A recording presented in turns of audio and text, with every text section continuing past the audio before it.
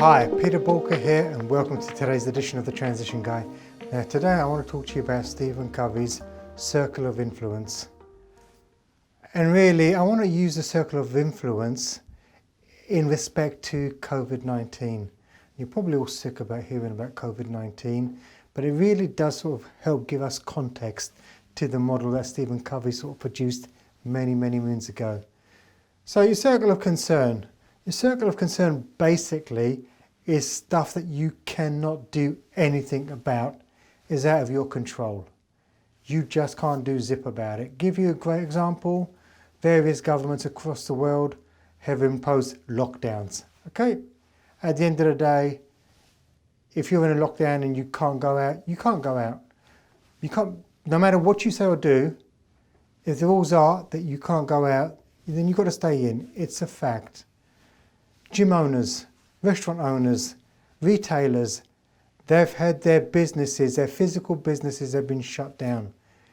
Well, at the end of the day, as a gym owner, and I know many gym owners out there are probably really frustrated, and they've got great reason to be. But if they're focusing on the fact that the government shut down their business, there is nothing that they can do about it. The government, I mean, they're bitching and moaning, whatever, their frustration isn't going to get their gym open tomorrow. Nothing's going to happen. So really, what can we do? In a situation like that, there's going to be things totally out of our control, out of our circle of influence. So we've got to learn to forget about it. I know, easier said than done, but it's something that we need to learn how to do. Now, what we need to be focusing on is our circle of influence. What is it? What are the things? What is it that we can focus on? What is it that we can influence? Because ultimately the goal here is to take your circle of influence and continuously increase it.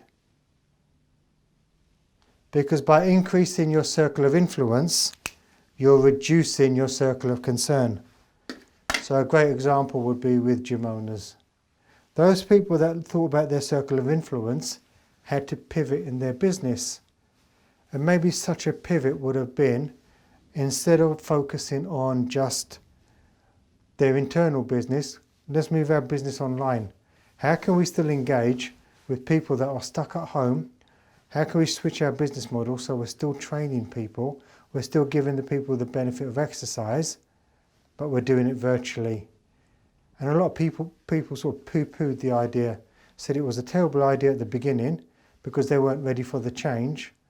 But actually, when you've got no other option, and this is being afforded to you, and you can still do some training, not in the most ideal situations, but you can still train with your trainer just virtually, it's surprising how quickly people come around. You can only get that level of thinking if you focus on your circle of influence. I mean, I've had to do it very heavily with my coaching business. The majority of my business was actually traveling or doing strategic planning sessions. And the way that we used to do it, it used to be fantastic. We used to be in a big group, in a room. We used to have breakfast, lunch and dinner together. We used to really have the whole bonding experience, whether it was in the UK or somewhere else around the world. And it was fantastic. Now, as soon as the travel ban came in and we had lockdown, my ability to travel has been drastically reduced. So if I can't travel, I need to rethink, okay, what can I do? Yes, and I've gone out there and I've done a lot of virtual stuff. Been using video conferencing more than I normally would use it. And some people have been open to it, others haven't. So yes, businesses will take a knock. But our job is to work on the stuff that we can influence, not the stuff we cannot. Now I'd love to hear the thoughts on how you're spending your time. Are you growing your circle of influence, or are you spending your time focusing on the stuff that you just can't shift? Remember, your time and energy is crucial. You've got to decide where you invest it. So if anything I've discussed today resonates with you and you want more information, you want to discuss it, head over to boolkah.com and get in touch. And if you enjoyed today's episode, please share it with others. Please leave comments. Let me know how valuable or what I need to do to improve it for you. Because at the end of the day, when I'm producing these videos, I also need some feedback, and I'll welcome feedback. So please leave me some feedback. And remember, failing to learn is learning to fail, and please stay safe.